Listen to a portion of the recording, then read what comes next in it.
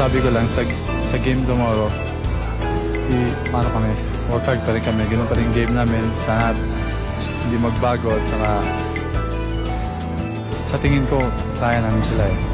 Kasi mas malaki kami sa kanila. Although mabilis sila, daming ano, pero kakayanin din namin. Malalaki namin na kagaya ni Kenny, hindi nila na-stop si Kenny. Nung natalo kami, binilisan nila ang game. Bali, ang ginawa lang namin, nag-half court offense lang kami. Bali, binagalan lang namin yung laro at nag-set up kami, play din ng half court offense. Bali, ganun lang ang ginawa namin at sinigurado lang namin na makontrol namin yung rebound. We have to take advantage of their shortness, and we have to slow down the game because we feel na in order for us to win against Alaska, we have to control the tempo of the game. I really hope nga didiretso na to. Sana Lord, kami naman mag-champion kasi palagi na ng Alaska.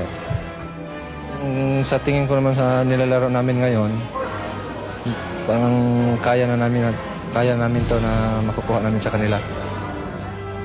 Si Redfield talagang nagdadala sa team.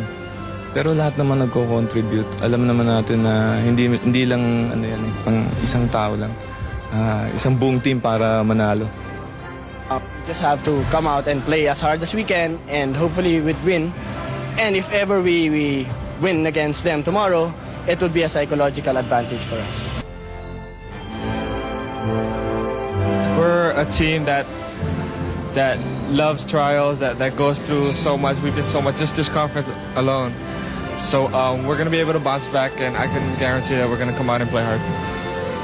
7 games naman yan. They have to win 4 games. Dalawa pa lang naman nila napapanalo nila, so they have to win 2 more games. So it's not really a desperate time for us. But we just have to keep on fighting, keep on working hard. Siguro may team na pressure last night is Shell, because if we won that game last night, definitely we're gonna be having the upper hand. But then again, they still have to win 2 more games, and sa 2 games na yan, ang dami pang mayayari. We lost the battle of the boards.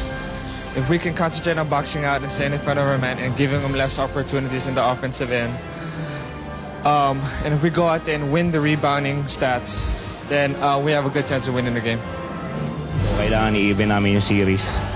At least sana makabawi kami ng Game 4. Hindi natin masasabi kung ano mangyayari dahil pag nanalo kami ng Game 4, so 2-2, bali best of 3 na lang. So anything can happen. I'd say mananalo kami sa Game 4, and then if we win Game 4, we have a good chance of winning Game 5. And if we win Game 5, I think it's not gonna reach Game 7.